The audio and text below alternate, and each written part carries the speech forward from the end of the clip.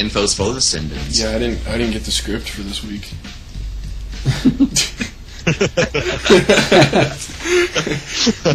Hey, everybody.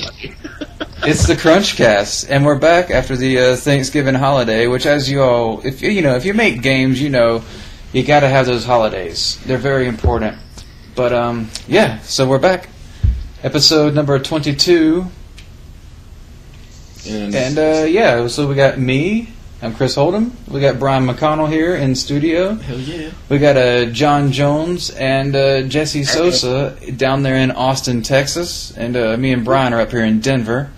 They're on the Skype. We're on the reel. So, yeah. Hey, everybody. How you guys doing? Hey, what's up? Say hey, John.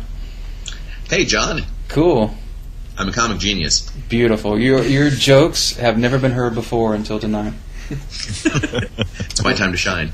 I was just thinking, we have a lot of listeners outside of the country, and we're bragging. A lot of listeners. And thousands. There's like 3 in China. And we're bragging about how we took a couple days off for an American holiday. Once again, United States holiday. That's what that's what I meant. I apologize. America is the whole continent. Somebody actually corrected us on that before. Okay, that's. I said America, and they're like, "Oh yeah." Well, the only one that matters. I mean, come on. Oh shucks! The markets in South America and Brazil are just exploding like crazy right now. So yeah. Oh, absolutely. Brazil's amazing. And in Canada, man, shoot. We have James Cameron, so it's technically. What? What does that even mean? He's the ambassador for Earth. Okay. So if we run into intelligent life, he's going to be the one that communicates with the aliens. It's going to be... Oh, fair enough. The United States of the Milky Way galaxy. United States of the Milky Way. I like it. Yeah, it sounds like a Douglas Adams novel. Yeah, you did your best, and that's what's important. So, hey, what's new, you guys? South Park RPG. Yeah. What? No way! It's the cover of the latest episode of Game Informer, or the January issue of Game Informer. Is it Obsidian?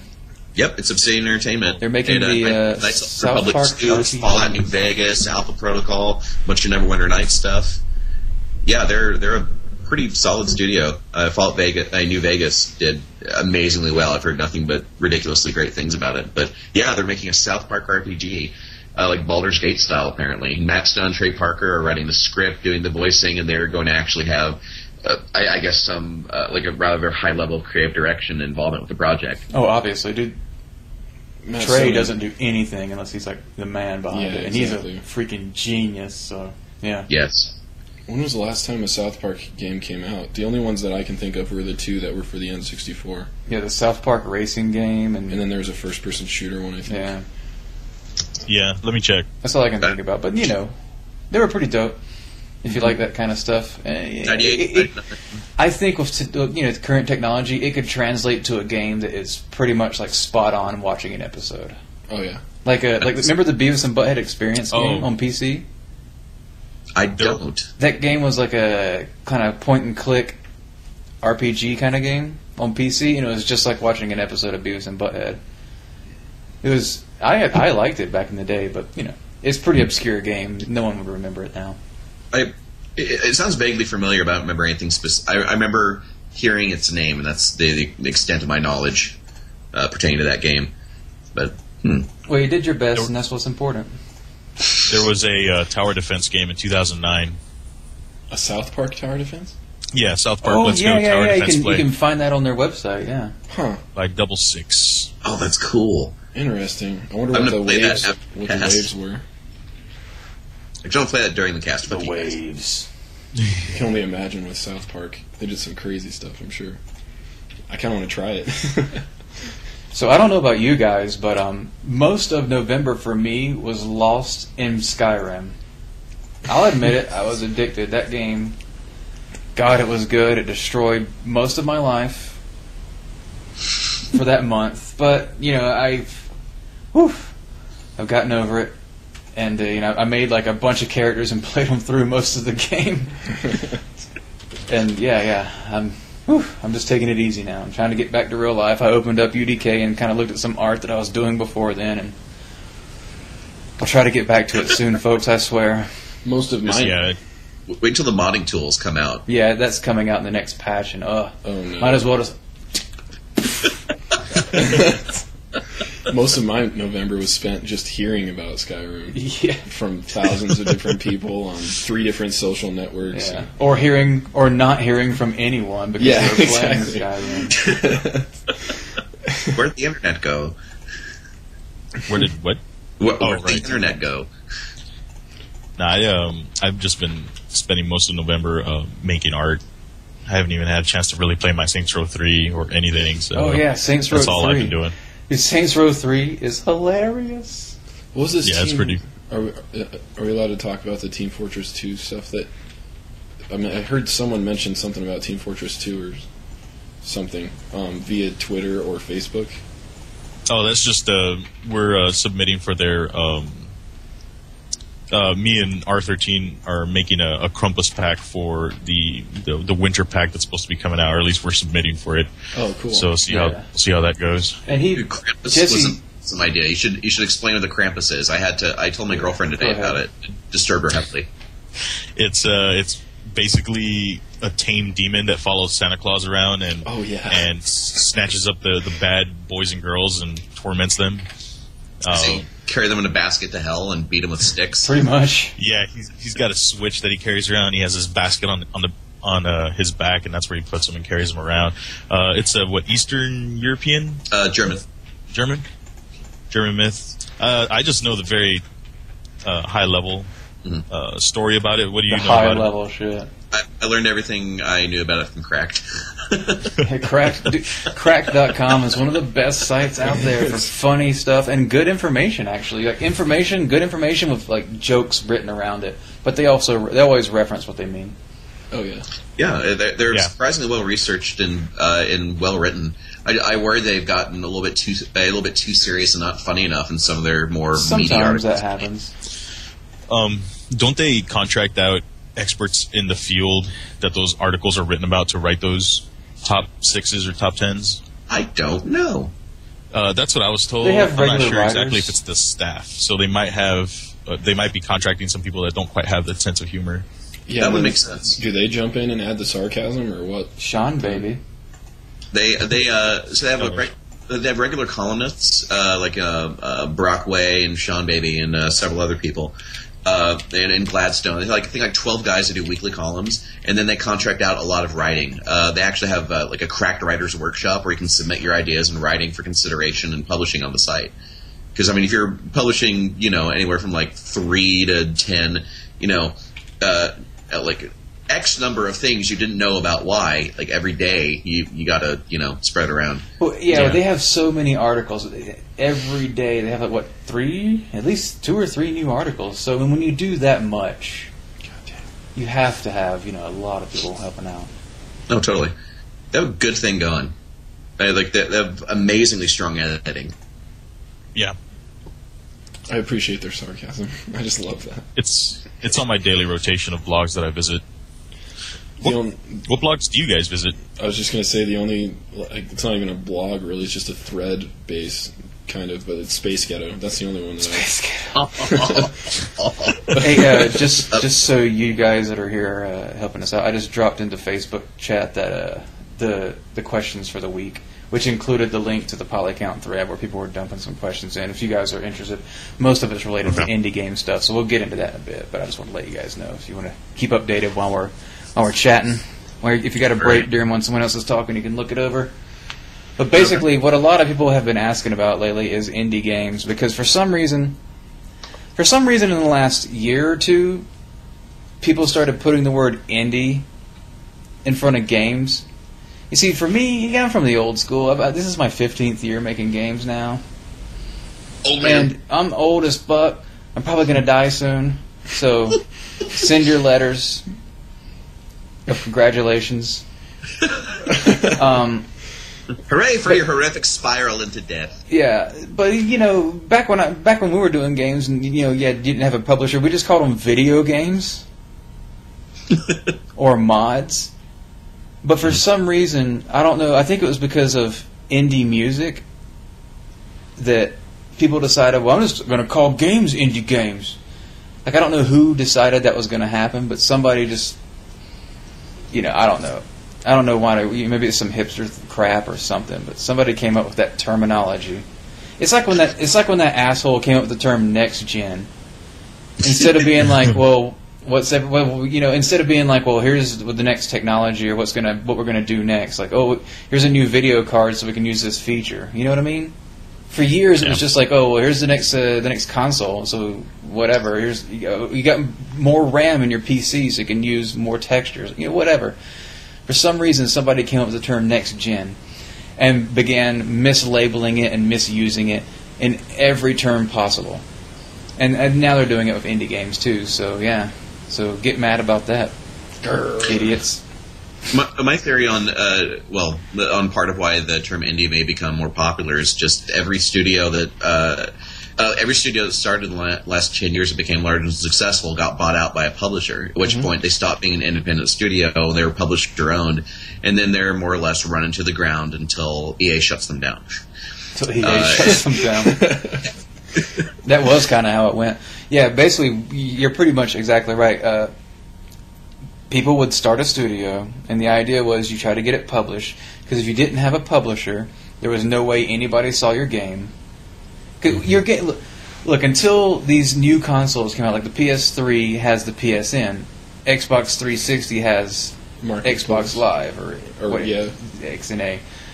The online, the internets. Now, if you were developing for PC, nothing was really different. You just put your game out, and there it was.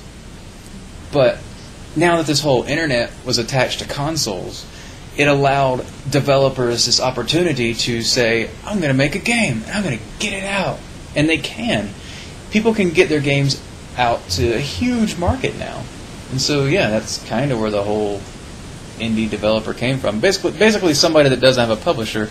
However, plenty of what you would call an indie developer now are getting publishers, or they're making their games, they're getting them done, and they're being published by a major publisher. That's what we're doing at Ilphonic. Ilphonic is an indie developer. We're completely funded for the last 4 years up to now by ourselves, and we just got our publisher, which is THQ. So we're still an indie developer, but they're helping us distribute the process on like all the consoles and all that crap. I didn't know if we announced that. You're not. Yes, we have. I thought we have, but I wasn't sure. Dude, if you haven't figured that out, then you're not even. You're not friends with. You're on Mars. Yeah, you're not on Kedron's Facebook because he posts everything. Yeah. No, they had a Twitter. When was that, John? Remember I showed you that Twitter account? Like that Twitter account was from months ago. It's the official THQ Nexus Twitter account. Oh, okay. And I've been tweeting those guys for a while back, and they still won't tweet me back at Nexus Shooter, you son of a bitch. Wow. Tweet me back. Vile. They need to follow me. Follow me on Twitter. At Chris Holden Dev, at Jon Jones, at Skinker0, at Bryan _McConnell. All those consonants. BRYAN. BRYAN_MCCONNELL. See all those consonants? It's a lot of double C, double N, double L, and a Y. He's got all those consonants. It's like, God, what an asshole. Brian's like a dick that way, but like even before the internet, Bryan would have been a dick, because you remember when you called people on the phone? Remember the old pulse dial phone? The rotary phone? Where you had to put your finger there and rotate it all the way around? Yep. Brian's phone number is like high numbers and zeros. So you'd be like, I'm not even going to call this asshole because his number, it takes me so long to dial. For those of you that are in your like late 30s and know what a rotary phone. Rotary before pulse dial. Pulse. Good God. Before cell phones. Before 9/11. I'm such an accidental asshole. Yeah. Like, I'm an asshole all the time. But Brian's so young. It's completely accidental. Yeah, Brian's so young that none of that stuff existed, so it's totally fine. It's just me being stupid. No, my grandma still had a rotary phone when I was That's how I was growing up. I remember like it's do you guys remember that scene in Hackers with the two Asian guys that show you how to like rip off one of the payphones outside by recording the tones. Yeah, and you can play the tones. Yeah, that was so awesome. I guess it's kind of irrelevant now. Yeah. There was some whistle that came with a breakfast cereal that you could blow the whistle into a phone and it would hack phones because it was the right tone. 2600 hertz. That was Captain Crunch. He was one of the first phone freaks. He's my favorite. I was really into that shit when I was younger. Old school phone freaking, yeah. He's my favorite captain. More than Captain Picard. more than Captain America. Wow. Like I wouldn't have said that, but then Crunchberries came out. He should. Captain America's name should be Captain United States of America. No, he represents Canada and South America. Oh, he does? Okay. And Mexico. Well, then that's good. Well, they edited that part out of all the comics and all the movies because no one wants to see that. Oh. Well, sooner or later, it'll be Captain United States of the Milky Way, right? That's right. All right, let's see. We have these questions here. Let's just go for it. I think we got indie development kind of what it is kind of out of the way. All right, this first one says, when looking for a mod group or indie group to gain experience, what are some things to look for to help avoid wasting your time? All right, a Hotmail account. Yep. And the problem is, actually, I know a guy, they're doing this mod in UDK called Survivor, which is, look, I'll tell you right now, that is an unfortunate name. Because there was a huge television series, a reality show called Survivor, and the fact that you called your shit Survivor and your email address is at Hotmail, you can kind of go fuck yourself. But you should really pull your head out of your ass and get your pulse on, popular culture and realize where you're messing yourself up here. Don't call it Survivor and get a real email address. But no, his mod looks good. But things to watch out for. Google you. I mean, if you want people to be able to Google you and find your mod, don't call yourself the name of something ridiculously famous. Yeah. I'm gonna make a game about dinosaurs. It's called Jurassic Park. Yeah, no, you don't want to do that. But look, one of the first things to watch out for. Okay, if you want to join a mod, and a person wants you to join their mod or their game, or whatever, say, all right, send me a playable version. Yeah. If it isn't playable, tell them to no. Because the first thing I do when I start something, I block something out and make it playable. I get some mechanics out and I make it playable. If it's not playable, who cares? Who cares? Exactly. It's nothing. If you don't have something playable, you have nothing. If you have some drawings, if you have like an unskinned knife model, you have nothing. So if you have one guy on your team that's just an idea guy. Yeah, if you have an idea guy, you got 30 people on your team and you don't have a playable game, you are get out of games. Just go away. You don't know what you're doing. One thing I'd add. Sorry, go ahead. No, go ahead, John. One thing I'd add: if people try to entice you to join the team with the promise of royalties, no. Royalties is a huge no-no. If you say royalties, then you're a liar. And I've gone over this in our show before. If anybody offers royalties, they're lying. They're lying to you, and they're disrespecting the whole industry to even offer royalties. How dare you? You don't even know what royalties mean. If you're offering royalties, you do not know what that means. Get out. We started off pretty strong today. Look, you gotta be strong. And a person like me and you guys know, you're all passionate about this stuff, and you've seen it so many times before, and you know it's bullshit. Yep. You know it's a joke. So yeah, what are you doing? What are you doing offering royalties with your Hotmail account? I would say something to offering royalties. I would say something to look out for too is make sure they at least have a website as well. Yes, websites help. I mean, you don't need it, but actually, if they have their own kind of personal website, like okay, if I send you an email from @chrisholden.net, that's I got my own website, right? At least that's something. I'm not going to make a website for a project that's not, done enough to play. Yeah, that may not take off or not. You know, or at least like an indie games website or IndieDB. I remember back in the Quake 3 days and Quake 2 days, everyone had a cottage, and it was just kind of like a place to organize your team and stuff like that for all the mods that were happening back then. Oh yeah, cottages. But yeah, I mean, to me, at least having a website. Well, I guess it really depends on how they're presenting themselves. If they are presenting themselves as, hey, we have this demo that's really awesome and fun to play. We can't send you a playable until you sign an NDA with us or whatever. Bullshit. Then they should at least have a website or something. Yeah, really. If a game tells you to sign an NDA, that's another warning sign. And just unless you have a game, like an actual game, if they're not paying you money. Yeah. Don't sign nothing. Yeah, and that's a double negative. When you're joining like an independent project, just remember, they're lucky to have you, not the other way around. Exactly. Yeah. Have some self-respect.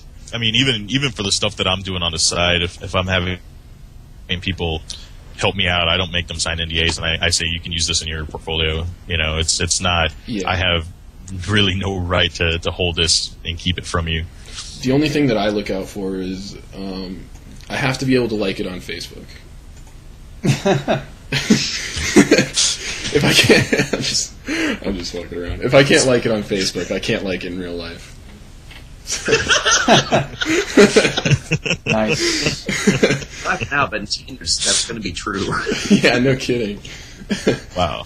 Facebook's finally starting to level out, and Twitter's like just now getting big, I guess.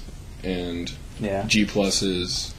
Though, I'll tell you what, kind of like I guess another way to balance of power here, I have seen a lot of people start games or mods that have a website, they have a YouTube channel, they have a Twitter account, they have a Facebook, everything for the game, but they don't have a playable version of the game for the developers to check out.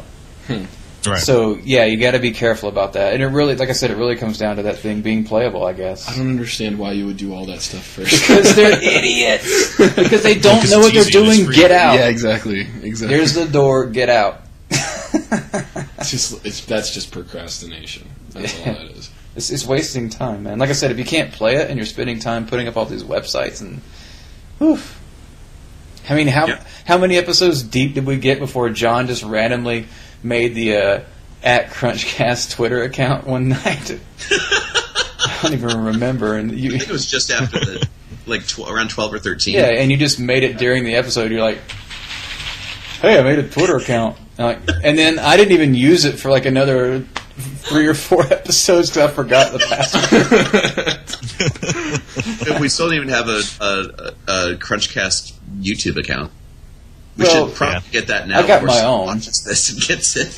Well, you can't really going to cyber squat it. Well, you can't really make a YouTube account and just start putting these up because you have to have a YouTube account that's old enough to put up large enough videos. Oh, that's a good point. If I made a YouTube account right now, I could put up like 5-minute videos, and then after we put up like a bunch of them, they'd allow us to do like 15-minute. But I got an old YouTube account that grandfathered me into being able to upload these long videos. However, at that point, we would just put up a Vimeo account and just go with that. YouTube. That makes sense. Although I do think it'd be kind of funny to take like the last CrunchCast and split into 24 parts. Jesus. You can do that. Man, that last CrunchCast was amazing. Yeah, it got a good response. That was pretty fun. You know how I know that CrunchCast was one of the better ones? Because we actually got a person that didn't like it. Oh, really? But he was from Europe, so what does he know? Oh, yeah. No, he's my favorite fan. Yeah. No, that's what you want. Haters gonna hate. Yeah. The more, look, if you ain't got people hating you, you need to go out there and get more haters. In all seriousness, I love my enemies because they're the ones that have pushed me to the point where I'm at. Well, sure. Like in our credits for our game, we're allowed to put 3 thank yous or whatever. I put friends, family, and foes, just because without my foes, I wouldn't be where I'm at right now. I love it when people. Yeah. I love it when people come up to me and say, "Hey, Brian, your art sucks. You can do this much better." And then I realize that I can do it much better. Well, you always can. So What were we talking about again? I forgot. Haters that hate. Oh yeah, haters. That's right. No, it was no. You can't really please everybody. I think that's right. Yeah. This particular person, which some people like you to open up a technical manual and just start reading. Yeah. But that's not really what this show is. We'll talk about things on that technical level, specifics and stuff. But we also, we like to mix it up and have a good time as well. Did he say anything specific or? It was all like, "Duh, I'm stupid." Duh. Ouch. We love our viewers. Yeah, that's what I was thinking too, John. Dude, he ended the question with "Love your webcasts. We need more of them." Yeah. You horrible bastard. Nah, I'm just playing. All right, let's see. The second part. This guy has like several questions that all relate to mod experience and what to look out for. He says, "What are some of the questions I should ask, before joining a mod?" And we covered some of them already. Like you should ask to see a playable version. Is there anything else? What do you do, as in the team leader? And if he says idea guy, get the fuck out. Nope. Yeah, if he's either not an artist, programmer, or designer, or some blend of the three. If you don't actually do something, then you're useless. Yeah. If they don't understand how to do something, how are they going to direct other people to do that? Right. People that haven't done something don't know how to tell other people how to do something. Right. Especially if it's a guy with money that's just like, well, WoW's very successful. I want to make an MMO. Come join my team. Well, I know a certain MMO with about 20 million registered accounts that began exactly that way.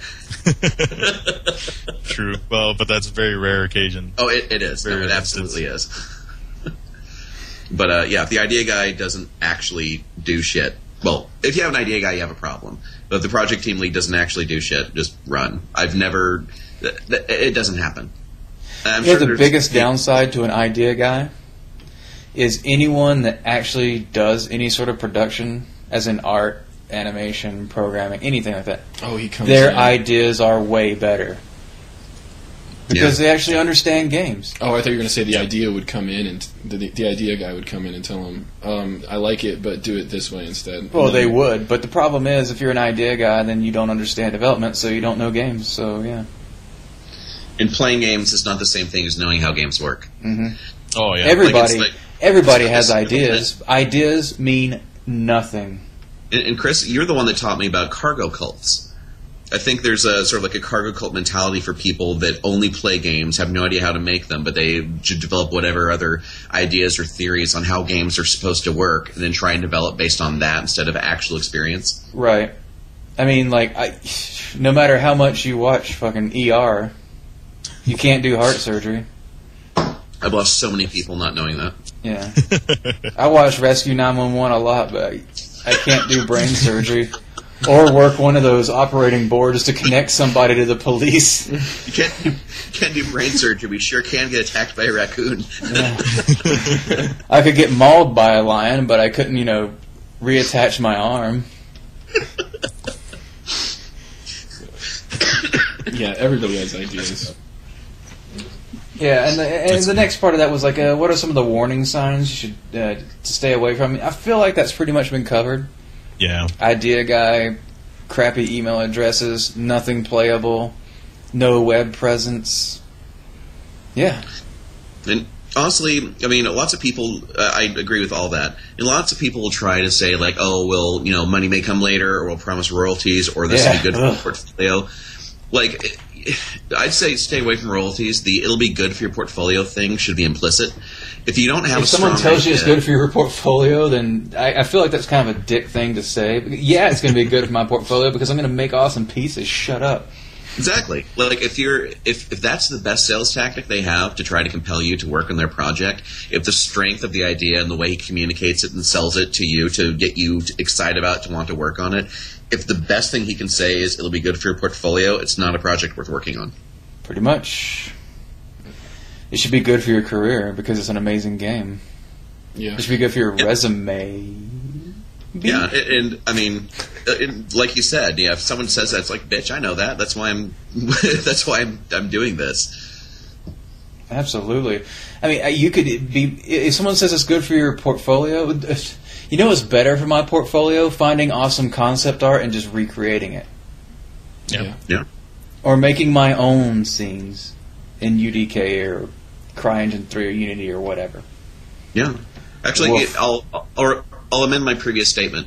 If someone trying to get you on their mod team tries to make it seem like they're doing you a favor, fuck them. Yeah. I can agree with that. That's pretty fair enough. Mm. And if anybody out there thinks that we're being a little rough, it's because, look, we're veterans, man. We're passionate. We've seen everything before. And if you disagree with what we're saying, there's the door. The door's you're the learning. back button. Yeah, you're learning here. I mean, look, there's. And actually, I'm sorry. I was just going to say, actually, going off what you said, that we've done this before. I wanted to lead into that and see if we can maybe talk about a couple of our experiences working on some of the early mods back in the early or late 90s. Yeah, the late 90s. Oh God, I'm not even that old, but you're making me feel old. No, you were working on mods in the late 90s. Late 90s, yeah. John. Yeah, I know. But because that was when the mod scene was really like huge, because games were just so easy to mod, and now you can't really. It's nowhere what it used to be. Yeah, I remember. By the way, guys, I know. Go ahead. Yesterday was the 14-year anniversary of Quake 2 being released. Wow. Man. I remember walking into my friend's house. I think it was like my senior year, and I was like, "Oh, what's this?" And I could hear the soundtrack and everything going off. It's just amazing seeing all the polygonal enemies running around and stuff. It's just awesome. Colored lighting, dynamic lights. Actually, no, it was Art Institute, because my senior year was Quake 1. Yeah. Yeah, that's right. That's one of when Rocket jumped for the first time. I would just say one of the mod things that back in the days which is like a watch out for, which is a classic Jon Jones experience, was joining a mod that has 30 plus people on the team. Do you remember how back in the days it was the big thing was to get as many people on the team page as possible? Like that's not as big of a problem anymore. Maybe it is, but I don't see it as much anymore. But man, back in the days it was like getting as many people on there, and just so many cooks in the kitchen and nothing getting done at all. Or these super ambitious mods that'd be like, we're gonna make every gun and every tank and every helicopter, and you know how many they had done was none. Do you remember I was flaming the hell out of that mod team so much that they gave me the project to run and I shut it down? I was an asshole. Well, it was the best thing I didn't try, but you did what was right. I was trying to do the math on late 90s. Yeah, I was in elementary school. Oof. Yeah. I got gray in the beard, folks. You're Nice. such an asshole. I know. I want to party like it's 1999, though. So we can tell you what that was like? Yeah.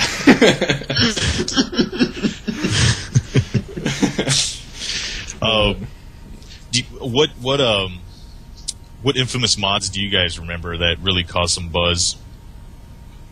What, like back in the day? Aliens.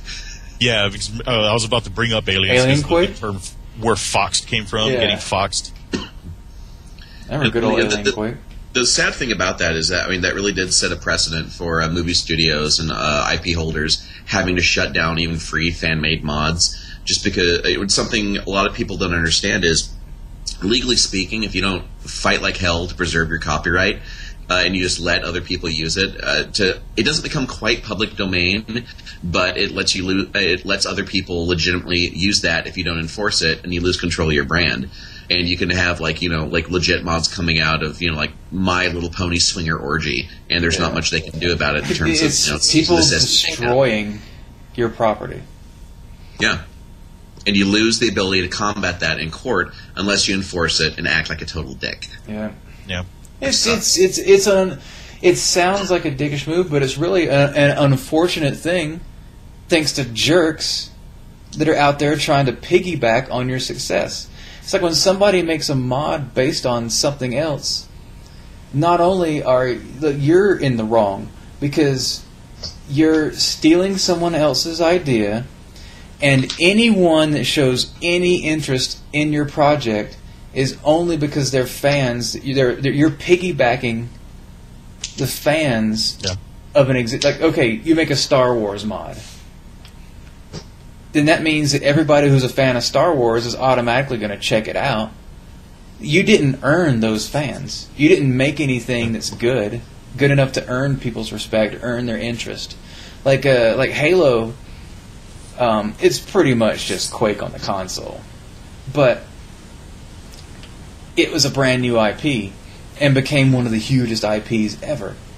But because they took that risk and made a new IP, they made this amazing project that people love, and now it's makes Microsoft billions of dollars or whatever. They earned it. Yeah, but they earned it. They didn't just piggyback on some crap. And you can build off other people's ideas and take them further. Yeah. And see, what's funny is the people. I imagine the people that rip off these other IPs to try and make their own shit. Dragon Ball Z game. Are the same people that complain about sequelitis. Call of Duty 2, 3, 4, 15, 19, like a rock of Call of Duty band numbers, 1 through 50. Oof. Just all the fucking sequels. You're probably the same people that complain. I was actually working at a studio when Bid for Power was canceled. For those that don't know, Bid for Power was a Dragon Ball Z mod. It was based on the Unreal Engine, if I'm not mistaken, the first one. Yeah, I think it was. And it was essentially just like this flying shooter kind of third-person kind of thing. And I was at a studio when that happened. Who was it that Infogrames. Infogrames owned the rights to distribute Dragon Ball Z video games in the United States, and they put a cease and desist. They seized all their assets, and they basically gave it to us. And they're like, "Can you finish this? We want to sell it." And it's within their right to do it, but a lot of the artists there just thought that was kind of shitty, so we all just said no. It was just one of those where because I knew people that worked really hard on that project, and I definitely said no because it just didn't feel right. It's unfortunate when people work hard on theft, basically, on something that they shouldn't be working hard on. They could have made an anime style game where people fly around and fight, and called it anything else and used different characters, but instead they had to use existing characters. Yeah, that's the thing that a lot of people don't understand is that when they work on someone else's established property, they really have no right over it. Yeah, it could be taken from at any point. Yeah, I mean, I guess it's kind of a gray area in some points, but because if you changed up the characters, you can argue it in court, I guess. But as long as it's different enough. Once you say this is Goku, you're pretty much just giving up all rights there. It's hard to cover up a Super Saiyan. Yeah. But I know that they changed all the characters, and they tried to salvage what they had. By that point in time, it was too late. All the people were too scared to work on it, and it just, I don't know. I never do fan art, so I don't get why people go out of their way to create fan art when they know it could be taken away at any moment. You work so hard on something, and just have a company come up and go, nope, ours. Mm-hmm. You can't do it. It's just a bad idea. Plus, if what you're doing falls short of the quality of the IP, if it's something everybody knows, they're going to be able to see instantly, oh wow, this is crappy because of this, and this. Why invite unfavorable comparisons? Unless you're the top 1 to 2% of artists, designers, and programmers are capable of pulling off something up to that level, don't try. You're going to look bad, and you're putting yourself at risk, legally. That's a good point. Yeah. Cool. I don't really remember much else from the mod days. I remember trying to. Were you there when we were trying to do a steampunk mod on IRC? Way back, like it was 2000 or 2001. That's possible. I really don't remember any of what it was, though. It was all the Steam Boys that Goss would do and stuff like that. Yeah, those things, yeah.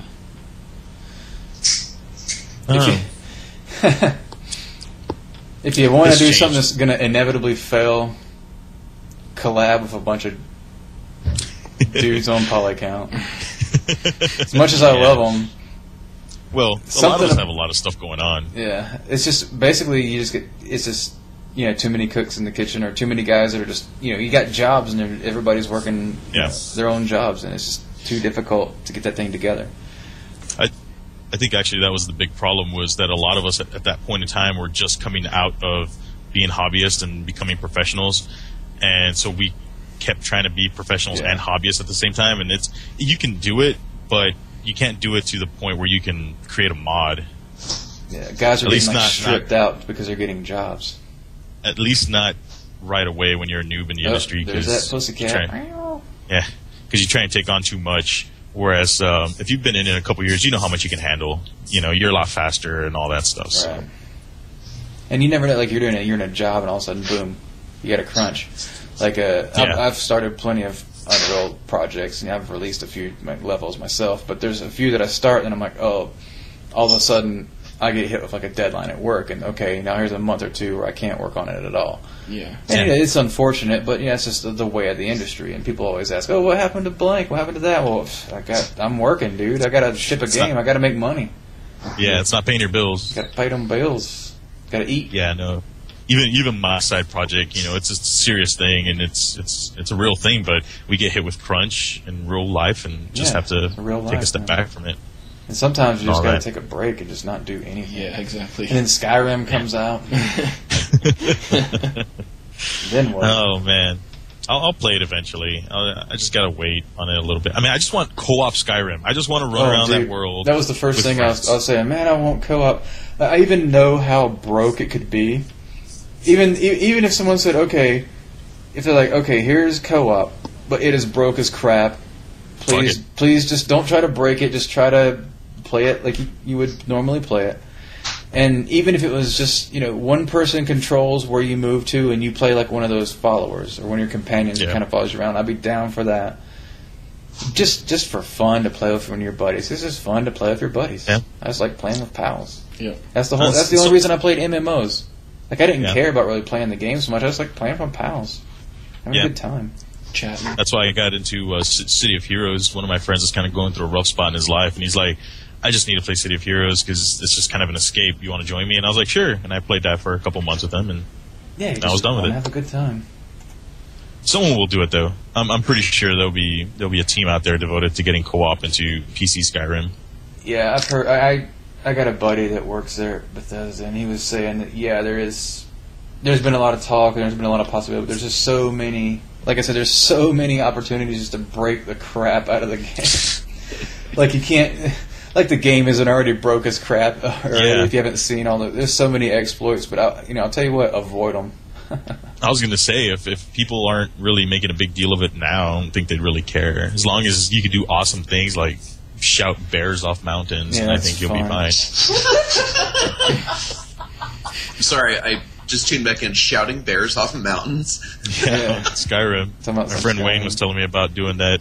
He said that some bear snuck up behind him. He was like at the top of this mountain. He turned around and just was trigger happy and hit that dragon shout, and it launched this bear off this mountain. And he watched it for like 30 seconds until it hit the bottom, and it was ragdolling all the way down. Yeah. And then it just slumped and just lay there. And he said he felt kind of bad that he wanted to go down and check on it just to do a resurrection spell on it, because it was just a bear. It was just a bear, and I used the most powerful spell in the game. Bears are pretty tough in that game. Bears are tougher than dragons, man. Except for the later dragons, like when you hit the ancient ones. Bears for scales. Oh, well, what now? What about a dragon with bears for scales? Bears for each scale is a bear? Yes. Oh god, that'd be a pretty big dragon. That's pretty much like those ancient dragons, man. And each scale spits bees. Angry bees. Jesus Christ. Tilde TGM, bro. I need to get into a game. You've got Saints Row 3, Jesse. Yep. You've got Skyrim, Chris. John, you've got something. Beer. You got beer. That's a fun game. I'm drinking juice out of a juice box. I see. Well, with vodka. With vodka. Nice. You just get a syringe. Using the little straw. But actually, I have been playing Skyrim. I've just been distracted the past couple weeks. I'm probably only 12 or 13 hours in. Only. but I'm going to be digging back into that this week. Like half my November was still in LA. I've just been catching up with my business stuff since I got back. Mm-hmm. And Thanksgiving. Yep. Yeah, actually, same with me. I've spent 15 hours so far in Saints Row 3, and this past half, or I guess 2 weeks, I've just spent in Team Fortress 2 land. So, I'm hoping to get back to that sometime. I wish you the best of luck with your Krampus. Oh, thank you. Yeah, wow, out of context, that sounds fucking horrible. Oh, by the way, I was just looking at. I just loaded up Steam to see my Skyrim is at 148 hours played. God, holy shit, dude! And that's because you work all the time. Where do you find the time? I have 62% of the achievements. Dude, you're 20 hours short of an entire week of game time. Telling you, man. What I was doing when that game came out is I was working like hard too at work, like crunching. Then I'd come home and play it all night, and go right back to work. Meth, it's a hell of a drug. I know, dude. It was brutal. But yeah, like I said, I took it. I haven't been playing it for like most of this week. I'm off it. Lucky. Actually, I did the whole thing. I like didn't drink or smoke or play Skyrim, and I flipped my schedule so I'm waking up early and going to bed early. It's been kind of nice. We're actually recording this episode a lot earlier than normal too. It's great. Yeah. I had a big sushi dinner tonight. It's only 4:30 in the morning. It's crazy. It's actually 10:30 p.m. here. So. It's like it's nice starting the CrunchCast on the same day that we say we're going to record it. Yeah. Last time started at what, like 12:30? Yeah, well, the other time, I think it was my second time or first time, we didn't start till 1 in the morning. That was pretty rough. Yeah. Oh, yeah. But that's why we drink. Well, that's why it's called the CrunchCast. Oh. So we be crunching, suckers. Hate to be the Debbie Downer. I'm just going to ask this next question. No, we need to keep moving forward. Yeah. I don't have experience with UDK, so I'm going to leave it to you guys to talk about this one. But the upsides, downsides of using UDK for indie games or iOS development. Okay. I don't have experience with UDK either. Chris? Well, you see, it's an engine and it's great. The end. Okay, well, when it came out, they kind of recently, a few builds back, they introduced the ISO development for UDK, and it's pretty nice. You can just go right into, playing it on your phone or whatever. I don't know anything about that because I don't have one of those smartphones. I got an old phone from back in the days. It flips up. Yeah, I was gonna say. It's all broken and silly. But no, it's people are pumping out things left and right. If you go to their Epic forums, you can see all these games people are just dumping out on the App Store now, and apparently it's working great for people. I don't know how much money people are making or anything like that, but as far as development, it seems easy. And I've never had any problems developing whatever I want within UDK. So I mean, I can't really say make a really, really long answer of upsides or downsides. As far as upsides, it's pretty much the best tech there is out there. It's got the highest level of rendering and all that for current gen, not next gen, current gen. This is what you can play right now. Yeah. Next gen means what's coming out next in the future. It's so fun to say. Yeah, it's cool. It's like it's future oriented. Yeah. But no, it's great. I mean, shit. You can make awesome games in it. You can make them look as good as you want. People are making these games on the ISO that look better than Xbox games, But Xbox and PS3, it's old tech now. That stuff came out like a decade ago. And people seem to be enjoying it, and the games can look great, and they have all the tech and gameplay you want. So, I guess from an outsider perspective, since I don't have experience with it, if I was to be looking for an engine, I think just the fact that it's got so much documentation, and then I can go to almost any 3D forum and ask a question, and someone's going to answer it. You can I think YouTube that's actually a really so good many reason tutorials. Yeah. There's other good engines out there too. Unity is pretty strong. I was just going to say that. Unity seems strong as F. I don't know if it's any good, actually, to be honest, but it seems like it's strong. That seems like its biggest competition for ISO development. I mean, CryEngine is out there, but CryEngine is more like the high-end development stuff. So It's your Cadillac. yeah. I've heard amazing things about Unity, and in my travels in biz dev and traveling around looking at people and artists, a lot more people are putting Unity on their specialization on their resume and Unity experience. I'm not intimately familiar with what Unity is or exactly how it works, but I think the vague impression I've gotten is if you build a game for one platform, it automatically works. Either automatically works or with minimal effort works on every other platform that Unity has an engine on. I'll tell you one thing about Unity that I think is awesome is those Unity web browsers. Like, you can just drop models into it, and people can click on this link and load it up in their browser and be like, "Oh, look at your model." Or click on it and load up your game right there in the browser. That, to me, that is awesome. And I've seen people pimp stuff on Polycount that's a little Unity level that you can run around. Like click, oh, there it is. To me, that is awesome. It was pretty cool. That is one of the coolest things, man. I just want to touch Unity. That's as real as real time gets. It's not like you're just it's not like downloading and installing it. You just click and there it is, and you're playing it. Wow, that is cool.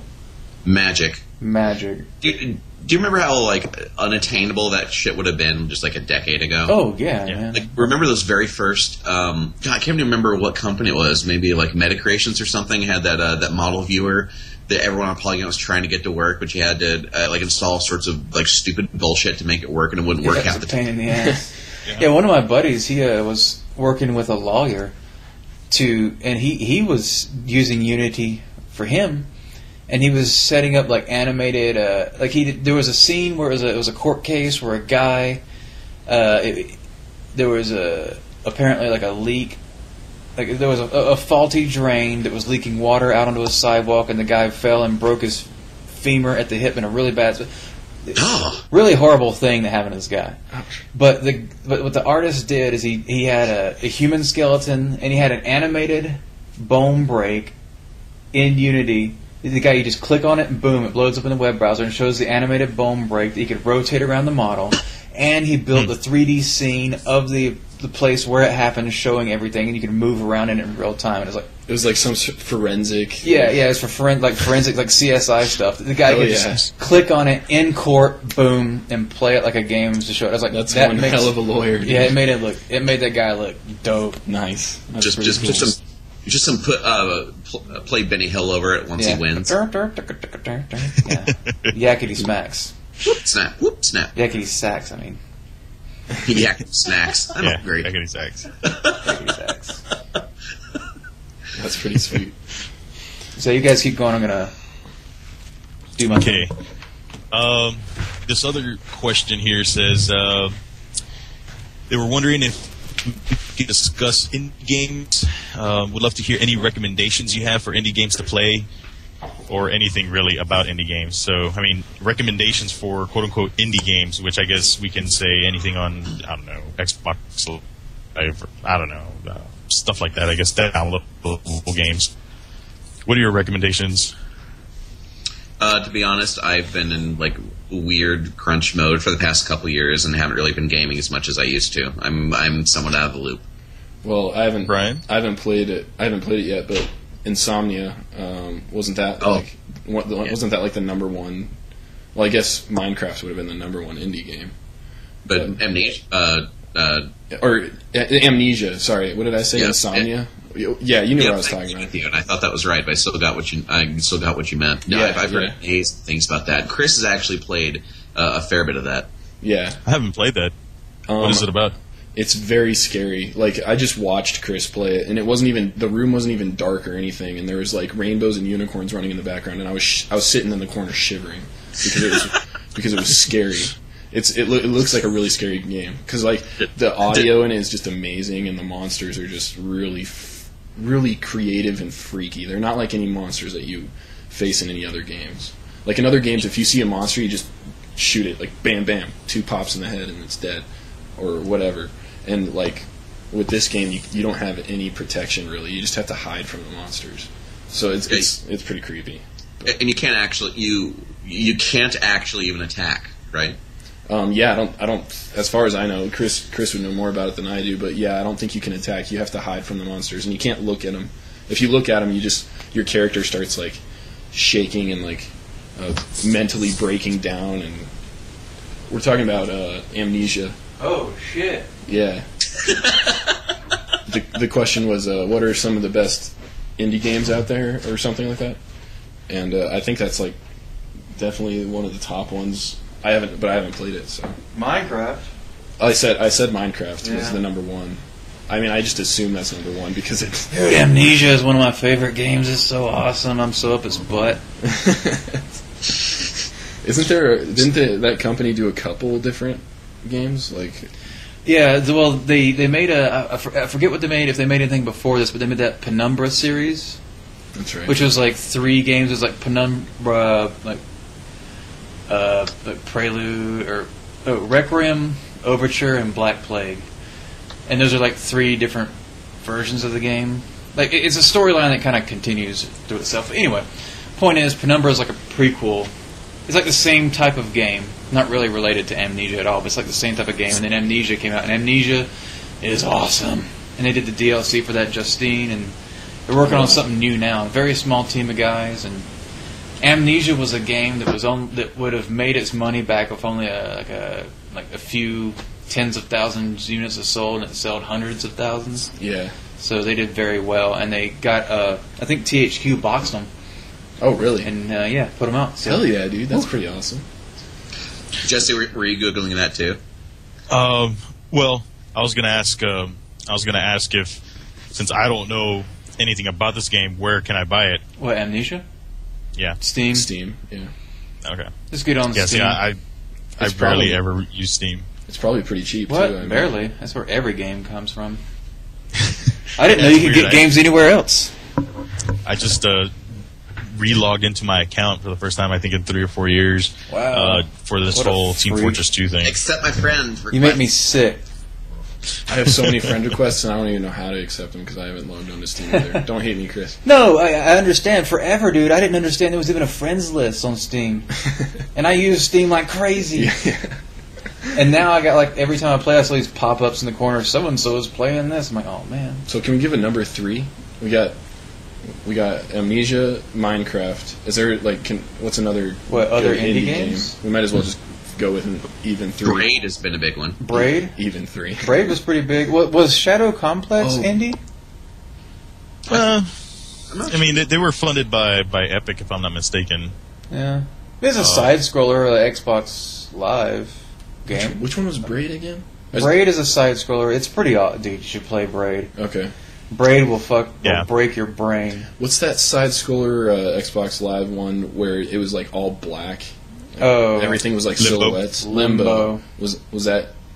I mean, in your guys' opinion, was that worth playing? It's short, but it's really neat to look at. I think so. It's neat to look at. There's a lot of people that like it because it's different. Yeah. I think Brian's like, yeah. It was different, simulator on the market, and I respect it for that. Yeah, I mean, the best what? Child killing simulator. It's the best one on the market. I respect that. Yeah, I'll give them props for like making something very simple that got really, really popular. There's nothing wrong with that. It's like Angry Birds, man. Yeah. I never played Angry Birds, but you got to give them props for making something super simple that made way more money than it ever should have made. Yeah. It's a fun game. Yeah, it's really well designed. It has really tight feedback loops. You know exactly what you did right or what you did wrong, and how to tweak your process to be able to get to solve the individual little puzzles. And it's really gratifying. It's great for like short play sessions. Just like, okay, I'm waiting for a bus, or I'm sending my car to light. Or actually, that's a terrible example. Or like I'm pooping or whatever. It's great to be able to play for anywhere from 2 to 45 minutes, depending. Yeah. No, it is. It is one of those perfect games. I mean, I made a lot of I make jokes about things before. It makes it sound like I hate it, but no, it's jokes. Yes. Hey, how dare you? You've been on this show before. Why don't you smoke a cigarette or drink some whiskeys? It's one of those perfect little games. Example. I mean, look, here's how nerdy I am. Apparently, I'm an admin on the Polycount Minecraft server. Can you believe that? Nice. You earned it. Yeah. I need to get. You earned it, yo. What's up? You earned it, yo. I guess so. You can get me on there. You can get me on the whitelist now, right? I think only R13 can do that. Yeah. Well, he owns the server. You have to actually edit the server to put on a whitelist. I'll have to play Minecraft one day. It's pretty cool. I don't play it as much as I used to, which is good. Dude, being an artist, just stick to Max, dude. Yeah. You can build anything you want in Max. You can also build anything you want in Minecraft. Well, the cool thing about Minecraft is it's co-op. It takes a long time. But dude, something awesome. So I went up to visit my family in Oklahoma over Thanksgiving, and I saw my 13-year-old nephew playing Minecraft. Yeah. And this kid is absolutely brilliant. He's one of the smartest kids I've ever seen. When he was 3 years old, he was playing Zoo Tycoon. Knew the names of all the animals, knew the different types of enclosures, knew different which animals you could put next to which one, like which other animals and which ones you couldn't. He understood all the rules of the game and could play it at an adult level at 3. I got 2 little brothers that are like the same way, man. All this computer stuff, they're just wizards. It's awesome. And so, and he's actually designed. So his dad, my older brother, is awesome. They have all the best game systems. And do what? You mean John? No, David. Oh, David. Wait, you have another brother named John? Yeah. Really? My dad was David right? Jones. His other son was David Jones. His son is David Jones. My other brother was Jon Jones, and I'm John David Jones. So 2 names for 5 people. It's really simple. It's like a it's very religious. Yeah. Anyways, it should have went with Matthew, Mark, David. Back to the Luke. I'm glad I got out of that shit without being named Hezekiah. Hadrach, Meshach, Abednego. Oh, Methuselah. I got some Old Testament shit on you. But we've had this conversation before. Stillborn Methuselah. That'd be some funny. We've had this conversation before, John, about how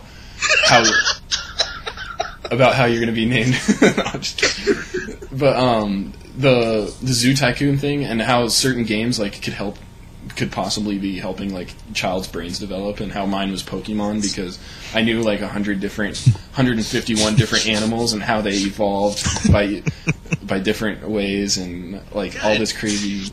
And their relationships with one another and how they play with one another and just developing an understanding of game systems. Yeah. And, I mean, this kid is fucking brilliant. He's been playing games his entire life, and he's started designing games on paper, like designing control schemes, designing enemy progression, designing levels. And every time I go up there, he gives me all these handwritten sheets of his game designs, and he keeps building and developing them. And then I saw him playing Minecraft, which I'm told he's getting the full version of for Christmas.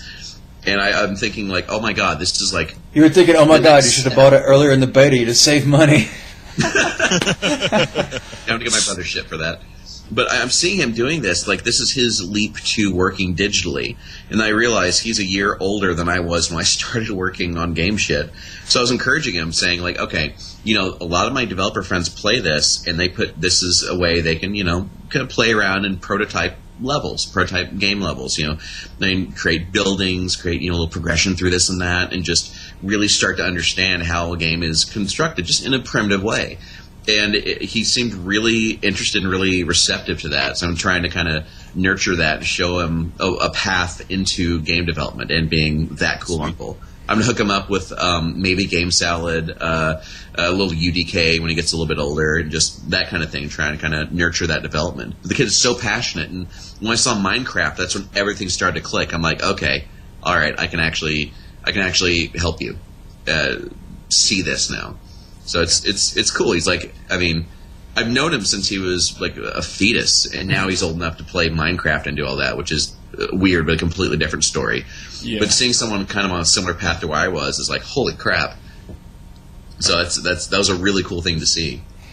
I have 2 little brothers that are kind of in that same boat where, I mean, I guess, when we were young and we were getting into computers, we were like wizards at computers, and you'd have like relatives asking you to help fix their PCs and stuff, and you're like, a little kid. Yeah. It's like we were so these kids are just like the next level of that. Yeah, I mean, they have this aptitude for it. They grew up with computers, but you and I have had this conversation before. Yeah, but these kids grew up. The internet was already there. Yeah. We came along when the internet showed up. Like I remember when Hey, you guys remember when the internet came along? Yep. Remember when they don't? It's the search engine. Yeah. 14.4 K modems. Yeah, man, dialing that shit up. I started with 9600. Wow, yeah, that's even before. I remember when my friend got his 28.8, and that was like a big deal. Yeah, the thing was so fast. Motherfucker. I love calling. Brian's like, "What are you guys talking about?" I love calling to play Doom 2. Like, you'd call your friend, and then you'd watch the little ASCII thing turn. You just swear, you just hoped it would work this time. Spending 45 minutes to do a 5-minute game before your mom picked up the phone. Just come on, no one be online, Dude, and I remember awesome. how hard it was to get games like that going. Yeah, it's tough. Do you remember Kali? What do you mean, Kali? KALI, the online games network, is like pre-GameSpy. I don't think I remember like what you're talking about, but I don't remember it. It's basically it's basically like dial-up GameSpy, and it was like a big thing early on. I think it went. I don't even remember exactly how it worked, but that was what I believe what gave birth to GameSpy and to the whole matchmaking system, online, online. Just the whole online matchmaking system, lobby system, all that. That was like the origin of that in a pre-internet way. Yeah, that's awesome, man. I know what you're talking about there, Jesse. Like being in DOS and dialing up your buddy on the modem to play Doom. Dude, I remember. There's so many things right there that no one knows what we're talking about. Remember when you had to choose to start Windows? Yeah. You remember? Yeah, you have to config.bat, config.sys. Always. I used to make bat files like a motherfucker. Dude, I remember I had to. So King's Quest 5, King's Quest 6. I had a 120 meg hard drive. That freaking game. Here today, gone tomorrow. So yes, dude. I had that game. King's Quest 6, I had that. It had a huge install size for the time. So I'm like, well, okay, if I want to install this game, I'm going to have to uninstall Windows. Okay. So I deleted Windows so I could play this game. And then when I was done, I deleted the game, reinstalled Windows. You guys remember Double Space? Which one? Double Space? Like the tool for DOS? Like doubled your hard drive space because like weird... No. Like it had this weird real-time compression crap. So basically, the way I understand it worked is, I think DOS 6.0 shipped with this. It would compress absolutely everything on your hard drive and decompress it in real time to run it. It slowed things down moderately, but it was basically like doubling your hard drive space because everything was compressed and only decompressed and executed upon accessing it. And that was like a huge fucking thing. Like my 120 meg hard drive was like over 200 megs. I'm like, this is witchcraft! I remember Doom 2 came on 6 floppies. Yeah. And that took like 30 minutes to install. Oh my god, installing games off of little floppy disks. Oh. The only thing that I can relate to with that is all of my Sims, because I had like every expansion for Sims. There's like 8 CDs total or something. But it wasn't a floppy disk, that's for sure. I remember VHSs though. Yeah, when I was in 6th grade, we had this computer program or class where we got to make a game in there. And nice, cool. I put that was put on one of those 5x3s. Those big hard disks. Oh, wait, the 5 1/4. Yeah, 5 1/4. Yeah, those things were. I played Loom on one of those. I had to actually find a 5 1/4. Loom. I learned how to install like a bay into my 386, and I did it all myself. And That's Loom. brutal. Hey, Jesse, SX or DX? Did you have the math coprocessor? It was an SX. I think, yes. Nice. Yeah, I think it was an SX, 386 SX. And dude, Loom, I played that with my brother growing up. That game was awesome. I kind of want to go back and play it, but I'm afraid that I'll hate it. It won't be the same. Yeah, dude. Nostalgia. This old game was better. I guess, sometimes it was pretty simple. It was better. I was 3 pretty years quickly. old. But you know, just to take it one step further back, the first computer we ever got when I was growing up was after we got the Atari 2600. We got one of these little. It was basically just a keyboard at Radio Shack, but it was also the computer was inside it. But anything like a game, the games came on cassettes, like cassettes that music came on. Yeah, and it would fast forward and rewind. Yeah, and we had a recorder, like a regular, recorder, like you put a tape in, and it was like play, pause, record, just these buttons. And it just had the big speaker on the top, and we would plug the headphone jack out into the computer. And like you said, you would fast forward to go to the next game, and you would wait for it to find, okay, there it is. And then you'd hit play, and then you'd tell the computer to load the game. Weird. And I was writing little programs on that. We had this big code book, and I would just scour through it and learn how to write code on that. And wow. It had all kinds of pretty decent games, like Lunar Rover and Snake and card games and stuff. It wasn't bad. Had colors. I own a couple Ghostbuster games like that. When we were working on Ghostbusters, I just went out and bought everything I could, and I have a couple of the cassette games for that system. That is super cool. I never got to play in one of those, but I mean, even now, in a way, that is incredibly freaking impressive that something like that worked. How was that on cassettes? Doesn't even make sense. Yeah, I don't understand. I don't understand that. I think it was just portable, and it was fast to access. The old computers, like the big old computers that filled giant rooms, were on giant, tape. They were just spinning the wheels, and the tapes would run through. And that's what they were all on, right? Yeah, it's all magnetic. I mean, it was all the same as the floppy drives. Just, I guess, you can store probably more. Yeah, well, so I have a question. If video games are murder simulators and cassettes can be played forward or backwards, if you listen to it backwards, does it tell you to eat your vegetables and go to church? Well, like most satanic worshipping metal music, you play it backwards and it tells you to worship the devil and stuff like that. That's what Congress would have had you say back in the 70s when they had nothing better to do. Yeah. There was nothing going on back then, man. 70s are pretty quiet. Late 60s, early 70s. The FBI was like, hey, let's spend some time to figure out if Inagata de Vita is about Satan worship. That really happened. And you will find what you're looking for if you look hard enough. Yeah. Yeah. It's like looking at pictures of Mars and seeing that guy's face. That's thing. Dude, it's pretty neat. About ancient aliens and shit. You're giving the man the face on Mars shit. Wasn't there an X-Files episode about that? I don't know. I think there was. There was an X-Files on The Simpsons. It was pretty sweet. Oh, yeah. I watched that one recently. Wait. X-Files being featured on The Simpsons? The X-Files characters were on The Simpsons. Oh, yeah. I saw that one a week or two ago. I don't want to spoil it for anybody, but Burns... 22 seasons of The Simpsons over the past couple months. Let me spoil something from over a decade ago.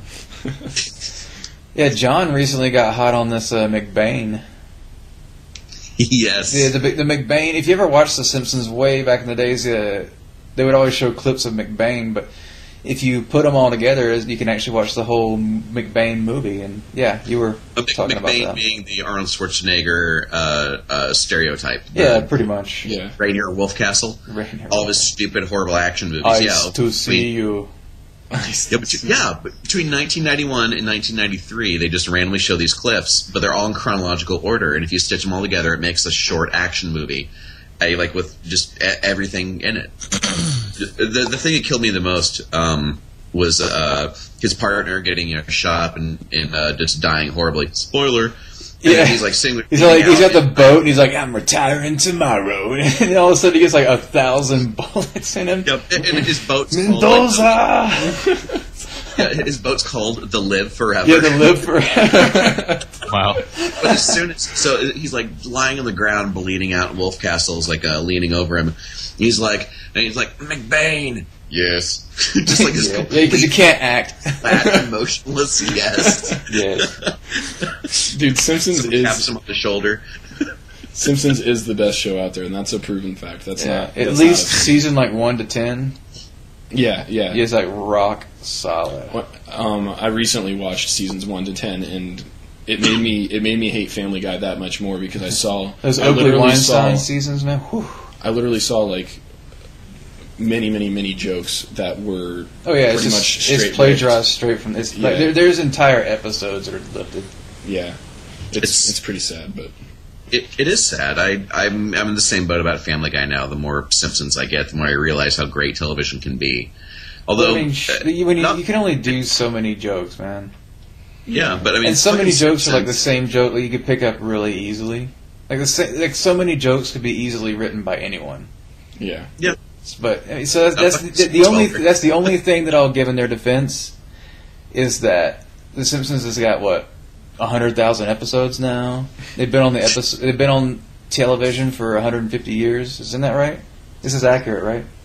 Yeah, I think it's 150 years. Yeah. No, it's not that long. But season 23. Yeah, it's like the longest running show, like episodic television show. Because the most episodes. The longest running Raw. sitcom. Days of Our Lives and other soap operas have been running for like 50 to 60 years. Mm-hmm. Didn't Days of Our Lives just get canceled? One of those did. Really? It's good that we're talking about that. Yeah, because it makes me think of my grandmother, because my grandmother would watch soap opera, and that's the only person that I knew that really watched them. But, she called out her stories. I like shows that I can watch chronologically, and if I was into soap operas, it would take me 50 or 60 years to catch up. So start now. Okay. Yeah, exactly. I think I'm okay on those soap operas. It is pretty intense. They just keep going. Yeah. It's like doubles and twins and abortions and unabortions and re-abortions and twins and murder. And aborted fetuses having abortions. See, that's why I like Mexican soap operas. It's turtles all the way down. What's that, Jesse? Mexican soap operas are only like 3 months long or so, and that's it. But you get an entire 50 years worth of American soap operas in that 3 months, where everything happens. And they're so interesting. And since I don't really understand Spanish that great, that makes them that much better. Yeah, but every single chick is amazingly hot. Yeah. The guys are always like not that great looking, but have a mustache. It's like if this were Age of Empires, Mexicans have like +2 to hot women, +1 to mustache growth. Mustache is actually a stat in one of the Mario RPGs for the DS. Oh no, I think it was for the Game Boy Advance. You get points and you can put them into different things, and one of the stats was stash, and it all led up to like one question or something later on down the line where you go and you talk to this one NPC and they're like, "You have a very nice mustache," and you're like, "Thank you." If you had enough points into your mustache. I think I stunned a bug. Oh, nice. In contrast against my forehead. Thank you. So I'm gonna throw that outside. Hey, John. Yes. You want to address that question? It's pretty long, but it's very. Which question? The one that you posted. Oh, that one's actually in the Polycount thread, right? I'd love to, but I have to pee really bad. I'll be right back. What was the last question? Did we answer that one fully? Pretty much, I think so. Maybe, I don't know.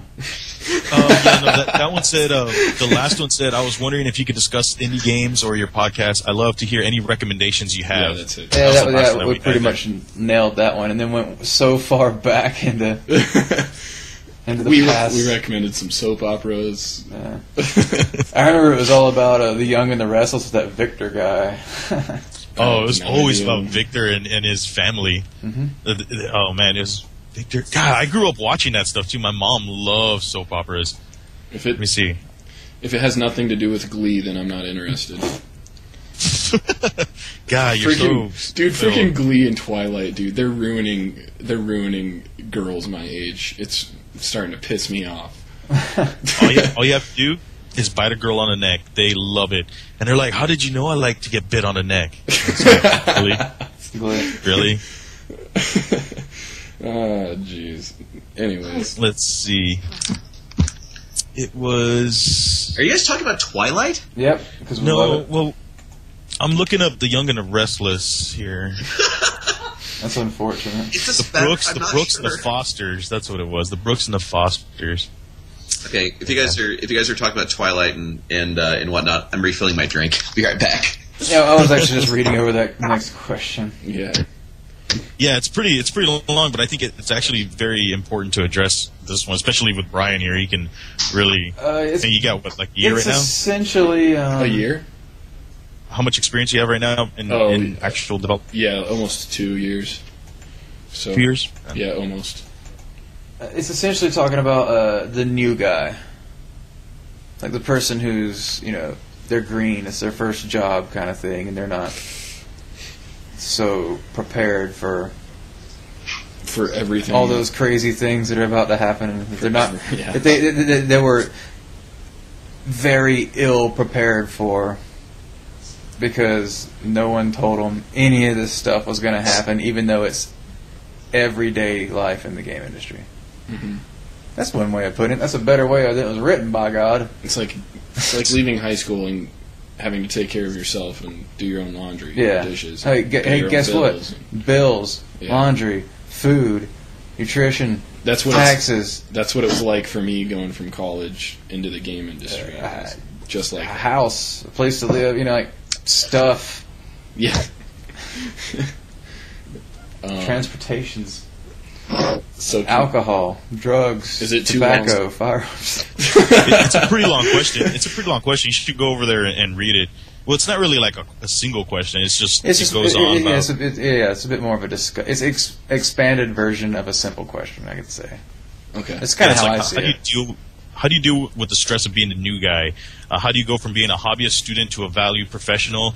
How do you deal with not knowing all the answers, basically? Well, I'd like to address the transition from becoming a hobbyist / student to a valued professional. I know you guys still do stuff for fun, like in your off hours from your day jobs, but something that really wrecked me at first when I started in the industry as an artist was my hobby became my job, and then I didn't know what the hell to do once I made my hobby my job. And I nearly burned myself out because all I ever did with my free time was keep making art, keep doing this, keep doing that.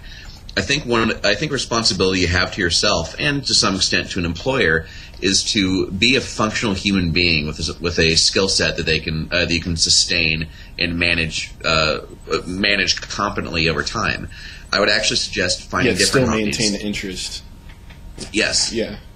Sorry. Yeah, I mean, still have a healthy interest, but not spend every waking moment of your life on art outside of a day full of working on art. Find other interests. Make yourself a more well-rounded person. Like learn to cook. Start working out. Take vitamins. Learn photography. Just do anything else to make yourself a healthy, balanced, well-rounded person. Because if all you ever do is the one thing all day and all night, I think most people, especially if you're really intense and wanting to work hard and get into the industry, I think most people could easily burn themselves out and kind of screw themselves out of a job if you just turn yourself into a withered husk because you don't know what else to do. And getting over the guilt of not wanting to keep doing that as a hobby, it could also be a factor. But I mean, ultimately, a company hires you to be a certain thing, to fill a role, to be able to produce art or just whatever you do. Let's say just produce art on a schedule and to be able to do that consistently and maintain that for the course of the project and beyond. If you don't, and I think implicit to that is you have to be able to take care of yourself, make sure you're living a balanced, healthy life so you can actually sustain that rate. They hired a person that can do that, and if you lose touch with yourself and don't try to keep being that person that can deliver that, you're not the person they hired, and that puts you at risk. Like in your job, and you just got a job. You don't want to mess around with that. That's a dang classic way of putting it. Yep. Very good point. You can articulate yourself. One of the things that I hate from people who are trying to. What? Huh? We can't hear you, dude. Oh, you can't hear me? No, you're fine. I can't hear you guys. I can hear John pretty well. You're good now. Okay, yeah, it just kind of dithered out for a second there, sir. Okay. One of the things that I hate hearing from new people is, oh man, I just can't wait to get in the industry. Once I get there, I'm going to, crunch like crazy and show them how much I want to work. And I'm like, you can have a life outside work, like John said. And it is really important to maintain that. I just want to make sure people really know that what John says is like truth, really. You got to be a healthy human being. Yeah.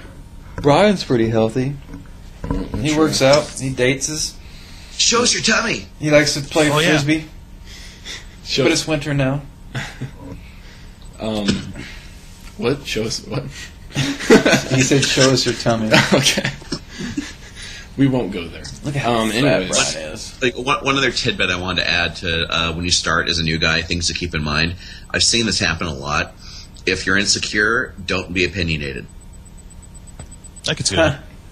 That applies to some people. Yeah, definitely.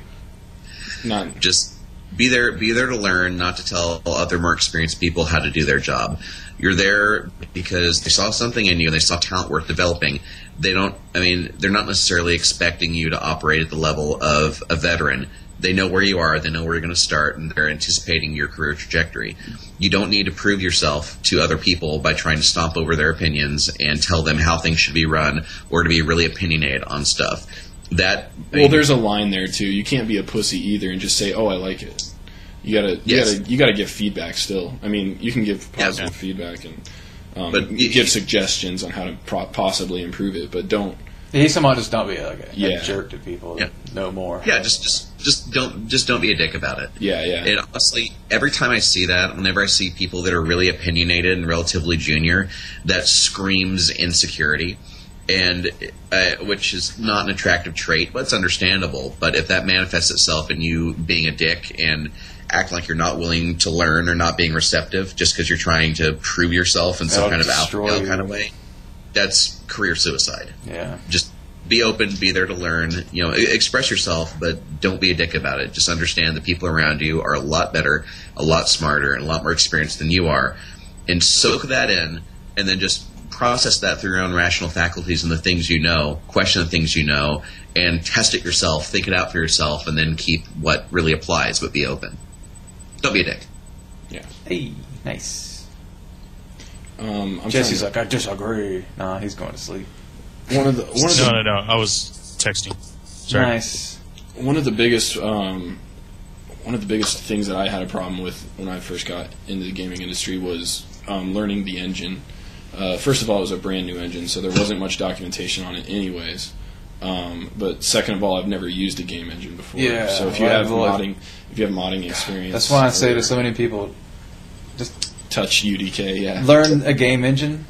Just learn a game engine. It doesn't matter what engine it is. Just learn to get art in a game engine and get some basic understanding of the pipelines and the difficulties of that, man. Yeah. Good Lord. Yeah, and that was my biggest setback, I guess. Luckily, I had James to help me out. Our previous lead animator, he was really good at that technical stuff. Snappy at all that. Yeah. But other than previous lead animator until you beat him in a push-up contest and won the right to eat him, and he took his job. That's true. Well, there's a. No, he just moved on. He just wasn't. Yeah. But besides the engine thing, just work hard. I'm kind of the bitch right now, like because I know Photoshop, I know Illustrator, I know After Effects, I know a little bit of Flash, and some other programs. So I'm kind of generalized in that sense, and because of that, they've been asking me to do all the little bitch jobs, which I enjoy doing because I know those programs and stuff. So the broader your knowledge base with programs like that is, the easier it'll be in the long run. Because you never know, what's going to come up. So, and the more tools you have, the better chance you have of doing a good job. So. Yeah, and Brian, I would hesitate to classify that as bitch work because it's still necessary. It still is required to get things done. There's no such thing as bitch work because if you weren't there, somebody's got. Even the top guy would have to do it. It has to be done. And it's not like what I'm doing. It's not like what I'm doing is the boring text stuff either. I'm doing art still. So, and it's a lot of fun. So. Yeah, I wasn't criticizing you. I just whenever I hear that phrase, I just try and remind people the game wouldn't get made without you. Yeah. And I shouldn't say that anyways because I really don't feel that way. I like I said, I enjoy doing that stuff. So. It's like only losers test. No, you gotta test the crap out of your game. If you don't have testers, it's you testing it, and you can't test for crap because you worked on it. So you're going to play it a certain way. You need people that haven't built the game that can look at it with a fresh idea. Yeah. Everybody's important, and get coffee, except for producers, and mop the floors. Yeah, Somebody's got to clean up this place. Yeah. Disgusting. Paul's not going to do it. Game developers are dirty. They ain't going to clean anything up. That's one of the things, when you're new to the industry, that's one of the first things you need to learn how to do is clean your crap up. Like your house, take out your trash, clean up your desk, don't be a slob, brush your teeth, floss. Your mom doesn't work here? Yeah, have good hygiene. You don't live with your mom anymore, so you got to be an adult. Yeah, when you're working around people that much and in such close proximity, you really have to take care of yourself in those kind of ways. You don't want to become that guy. Yeah. Yeah. Old stinky. Dude, I've known people that have gotten it happens. Either like fired or close to fired due to hygiene issues. Yeah. Yeah. And people that are got seriously like HR taking them and having meetings, bad news people. These are like it's ridiculous. Far end of the spectrum. Yeah. I can't really think of much else that the new guy that I could give advice to the new guy. One thing that they touch on is what's it say? Myself included. They feel like we should have all the answers, and when we don't, we feel like we're incompetent or unqualified for the job. And that's something that I guess everyone's going to deal with, whether you're new or not. I know I was at Terminal Reality for over 9 years, and then when I switched over to Kings Isle, I felt like I should know everything, and I really had to take a step back and be like, no, you don't know everything because you've never used Gamebryo. You don't know this pipeline. You don't know, how they get assets. You don't know their workflow, basically, and that's going to be true it's for a total any studio. Brand new step into everything. I don't know how many times I've had that feeling where I feel unqualified just because I'm like stressed out because of something new or something that I don't know very well or whatever it may be. But the only advice I have for that is just try to relax and try to figure it out, either by reading documentation or experimenting. Or You've done it before. Don't be afraid to ask for help either. That's what everybody's there for, man. Yes, yeah, exactly. Be afraid to ask for help. Holy shit, yes. You've done all this shit before. Do it again. One important thing though is when you do ask for help and they explain it to you, pay attention Write and possibly it down. take notes. Write it down. So you don't have to ask them again, because asking twice, that's a big sign of incompetence right there, in my opinion. Yeah. And, it happens. Yeah. And something really important I wanted to say is my life changed when I realized that nobody, no matter what level they're at, knows what the fuck they're doing. They're just doing the best they can. Mm-hmm. Yeah. Pretty much. Like I started out as an artist. Basically at every point in my career, I've always felt like, oh my god, I barely know what the hell I'm doing. I just need to try my ass off to do my best. And I felt that way when I was just a contractor working on my parents' place. Felt that way when I was working with an art studio, working at a game developer, and all the way up to I've managed teams of artists for like anywhere from 5 to 50 people. I'm doing bigger shit than I ever thought I could possibly do. And I always imagined that when or if I ever got to that stage, I would have everything locked down and know everything what I was doing and have full, complete confidence in what I'm doing. That is a fucking myth. Nobody knows everything. I mean, nobody knows what they're doing. They're just doing the best they can with the information they have on hand, and or at least honest people.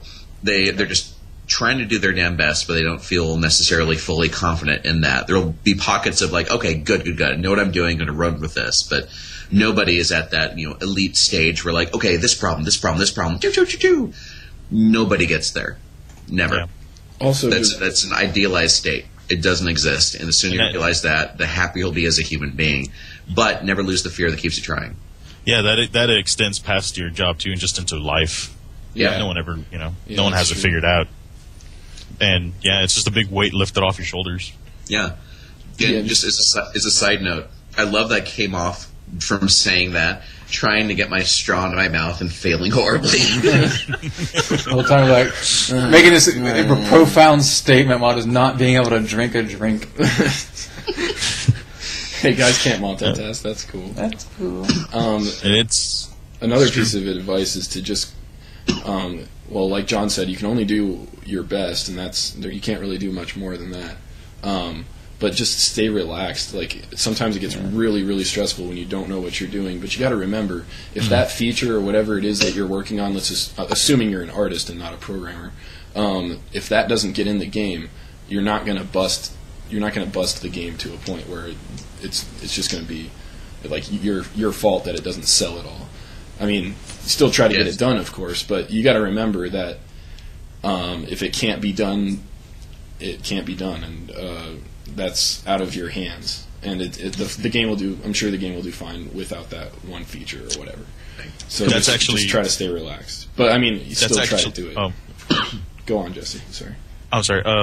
That actually is another good point where a lot of people come in and if they haven't been through many game cycles feel like they need to control everything, and it happens a lot. And unfortunately, that does ruin some aspects of the game. But really, you should just focus on what you're doing and make that the best you can, and just have faith in your team members that they're doing the same thing, and they're all going to focus on what they were, hired to do. When you start trying to take on too many hats, that's when things start getting mediocre and start falling apart. Because you can't do it all unless it's like a small little indie puzzle game that you're building yourself. You can't play designer, you can't play coder, you can't play artist, you can't be everything and stay sane. You just can't. If you can't. Never try to out hardcore people. That's a game nobody wins. Yeah. Like, in past games that I've worked on, I've seen some very bad decisions by designers or, by, other environment artists or something like that.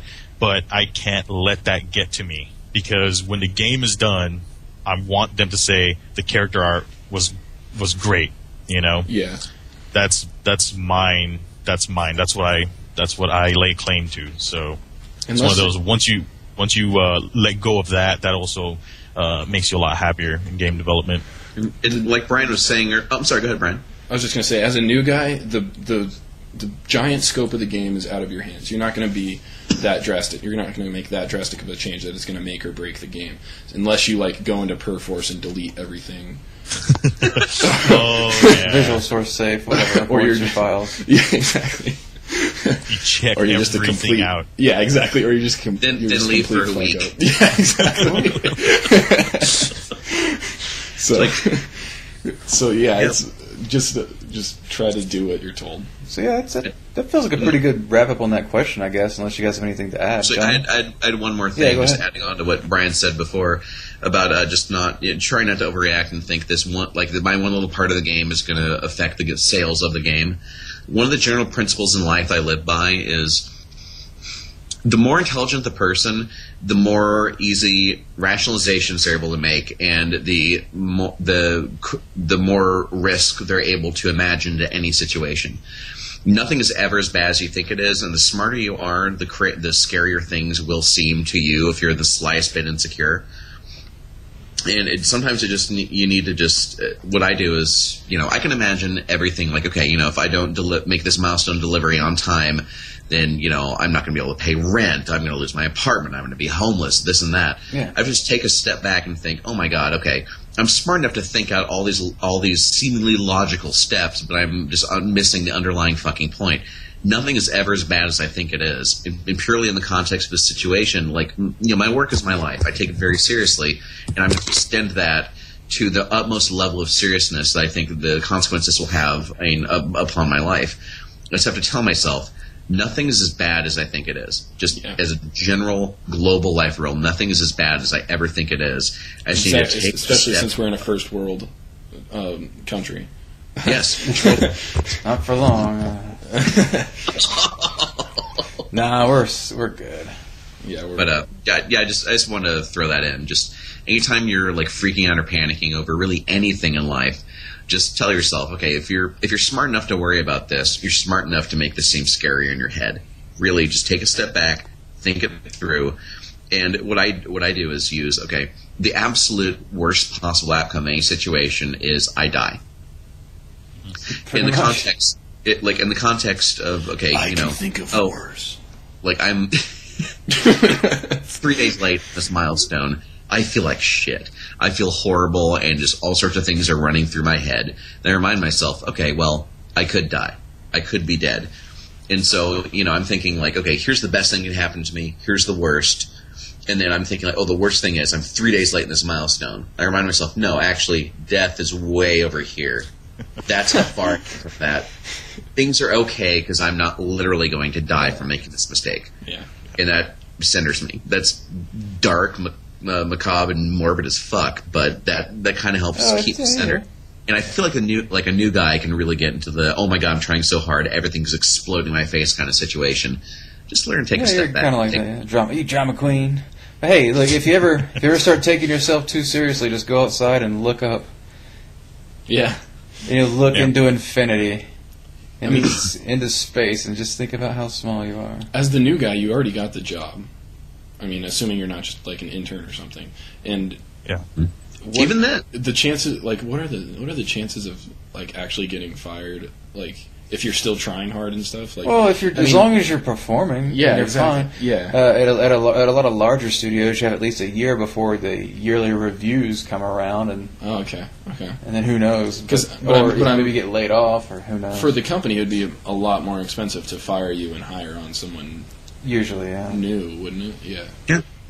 So. And basically, if you're going to be at a company that is relying on the new guy for answers to everything, you really need to kind of rethink your employment there. Yeah. Yeah, like if you're getting hired on as a new guy, people think that they're expected to perform at a really, really high level, which to some extent is a little bit true, but realistically, you're hired for your personality and the trajectory upon which they see you proceeding over time. It's not like I'm not hiring you, a first-year artist, to be a 3-year artist. I'm seeing your personality, your willingness to learn, your skills, and your people skills. I'm extrapolating that from me meeting you to where I see you in the span of time. And they're hiring you based on how well they think you can progress, not because they expect you to be at that level at that moment. But they're not going to tell you that necessarily because they want to keep they want you to strive for that. They want you to be hungry. They want you to be moving toward that and not find some sense of complacency. So it's really not in an employer's best interest to tell you exactly that, but that's a thought process that goes on. Nice. Good. So I think that pretty much answered. Awesome.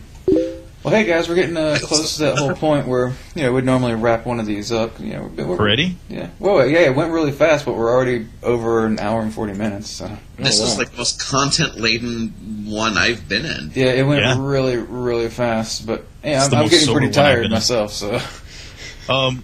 I did cut and paste one more. It's kind of I guess. It's nothing serious. It's just this one guy wanted to know.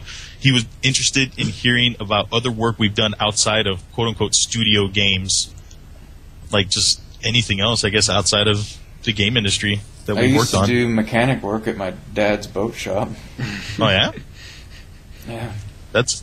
How old were you then? Like teenager, like young teen. Start like sweeping the floors, but as I got older and I was able to actually drive and stuff, I'd actually work like cleaning carburetors and changing engines and putting together like pontoon boats and stuff. Not like really high technical figuring things out, but a lot of the mundane stuff that you have to do, like a lot of the basic mechanic work that once you just have hey, I need somebody to fix my boat every day. Somebody brings in a boat and something's wrong, and it's just basic stuff that once you know how to do, you can do it on any engine. I did a lot of collaboration with Digital Webbing on their Blood Rain comic book series. So I got to do like a lot of comic book pinups and help write stories and stuff like that. So that's I guess outside of the game industry, even though it's still related. Cool. That is super cool. Outside of the game industry, I haven't really done anything. I mean, I work out and I go to the bars. I go to the bars on the weekends to try to meet girls, and that's about it. Cool. And for my part, the only other things I've done outside of games are I worked as a cashier at Target and Walmart for maybe a combined year. Then I got into games. Well, I guess if we go that route, I did manage a Texadelphia in Dallas for 3 years.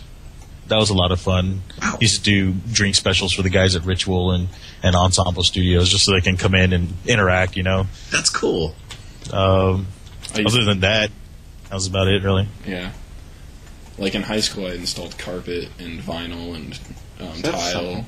Yeah, I did all that stuff, but that was like way back in high school. That was before college. But yeah, I did that pretty much. Flooring. You guys, we are fucking lucky. What's up? Yeah.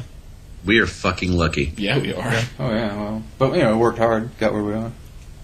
Yeah, but we're still damn lucky. I don't pray, but I pray I never lose that sense of feeling like, my God, I'm lucky to be here. Yeah, always are, man. Could be doing a lot harder stuff. Could have been born somewhere where the opportunity doesn't exist. Yep. It's it's one of those where hindsight is 20/20. You get a lot of people, especially that I see right now with the job market being the way it is. A lot of the students and stuff, they kind of look and they're like, how am I ever going to get into this game industry? And I mean, I guess there was a point in time where I was like that. I was a college dropout and all that, and I just didn't know. There was no documentation on how to get into the game industry. There still really isn't. And I just kind of let my life do what it was going to do, and I just did the best that I could at what I was doing. Yeah. And I put together the best portfolio that I could, and I worked hard at it, and it just kind of worked itself out. And it's in hindsight that you can look back and then see all the steps that you took and make a map then on how you got into the game industry. But at the time, I didn't know what the hell I was doing, just like John was saying earlier. It's just I knew what I was doing at the present, and I had to make the most of it, which I was a manager at Texadelphia, which meant I could throw, happy hours and stuff for game industry people if I really wanted to. I could, go to their beer nights that they used to have. And being the manager there allowed me a little bit more freedom, so I was able to draw. So I would take my big sketch pad and I would draw up on the bar whenever it was slow, and I would just work. But I didn't know that those were steps that were required to get into the game industry. That's the way it worked out for me. Mm-hmm. So just keep at it. Really, is don't let life beat you down. You made it happen, and you embraced the entrepreneurial, autodidactic, self-learning spirit of it. You created an opportunity where there wasn't an obvious one. You took what time you had and made the best of whatever situation you're in to be able to take control of your life, do what you love, and make that happen. You didn't let other people dictate when you could or couldn't do it. Yeah, that's pretty much how it works. Once you let life beat you down, that's where you just can't progress forward. You really just need to be happy with yourself, in order to move forward in almost anything, not just your job market, or not just in your career path, but just in anything in life in general. Yeah. This is kind of a big topic, but I'm currently kind of worried about a lot of the kids in my generation due to addiction to gaming and addiction to all sorts of technology, social networks, whatever, TV, whatever it may be. There's a major addiction between like the ages whatever to whatever about my age, and it's like kind of scaring me a little bit, because I don't know what's gonna what's gonna happen when they'll be working in a factory. That's what I was wondering, but they'd be working in a factory and possibly still living with their parents until their parents die, and then I was the same way. I just played video games all the time, but just happened to, end up making them. Well, yeah, and being inspired to make them, but these guys just aren't inspired to do anything. So yeah, it's like there's just no cure. They're the ones who will fill the positions of, refuse collector and factory worker, and somebody's got to make my McDonald's. Yep. That's all there is to it, man. Not everybody's exactly the same. Like get your own path. Some people don't have that kind of ambition. Yeah. Yeah, it's real easy to tell when someone has zero ambition. At least for me, it is, and it is kind of sad. There's so many talented people out there that just don't have that drive, that last little ember that will drive them up. Maybe they'll get it someday later in life and realize it. Maybe they never will. It's just like I said, some people are just wired different, and who knows what happened in their life, environment, where they're born. Who knows? Yep. A lot of people just let their situations dictate what they can or can't do. Yeah, and it's actually one of my favorite quotes in life. This is going to get a little deep, but one of my favorite quotes in life that inspires me, it reminds me of where I am, what I can do, and the control I have over my life, is from Viktor Frankl. We who lived in concentration camps can remember the men who walked through the huts comforting others, giving away their last piece of bread. They may have been few in number, but they offer sufficient proof that everything can be taken from a man but one thing, the last of human freedoms, to choose one's attitude in any given set of circumstances, to choose one's own way. Yep. I like that. It's basically, life is what you make out of it. Or make of it. If you want to have a crappy life, you will. I think even Daniel Tosh had that bit about making fun of people getting plastic surgery, where he said, there's people in third world countries that can't get boob jobs, yet they still find happiness. Yeah, it's kind of to that same light. People can still be happy. You can still be happy without big fake breasts. Yeah. Can you, though? Can you? I don't know. The more I see those pictures of them, the more they gross me out. I'm not gonna jump into agreeing with Brian on that one. So, dude, we went to a strip club the other night, and some of them. Oh yeah. For our boss took the whole office Just down the street from here. Yep. I was there in spirit. Went from concentration camp to titty club inside of a minute. Out there in spirit. But yeah, there's a lot of. I almost went there tonight. Really? Yeah, but I had to hold you do back, some stuff on. I had to do some stuff on Team Fortress 2. No, I was planning on being back in time for this, but I was just kind of like, I'm bored. But Brian, go on. So strip club. Oh, I was just gonna say that there's a lot of girls there with real breasts, and they looked just fine for. Yeah, they're all real. It's all Oh, they're all real. Yeah, even the some ones of them are just silicone. real big. Real big. Real big or so real round. I'm with that. Well, right on, guys. Look, we're pushing at this right point, there, so yeah. All right. Yeah. Get old CrunchStudios.com. It's for the old CrunchCast is. You can check us out on the YouTubes, Vimeos, release some MP3s and the RSS feeds. And Twitters and Facebooks. Twitters. You can follow Googles, Jesse Pluses. at Skanker0. You can follow Jon Jones at Jon Jones. He is JonJones.com, the smartest. Is that right? The Jon Jones. That's me. Your portfolio repels jobs. Bryan McConnell, at Bryan McConnell and all that stuff we spelled out earlier. I'm at Chris Holden Dev at ChrisHolden.net, and I run CrunchStudios.com, and I've pretty much slurred all that together in a way that you'll never be able to understand. Great. Yeah. Thanks, everybody. See you next time. See you next time. See you, everybody. Good night. Bye.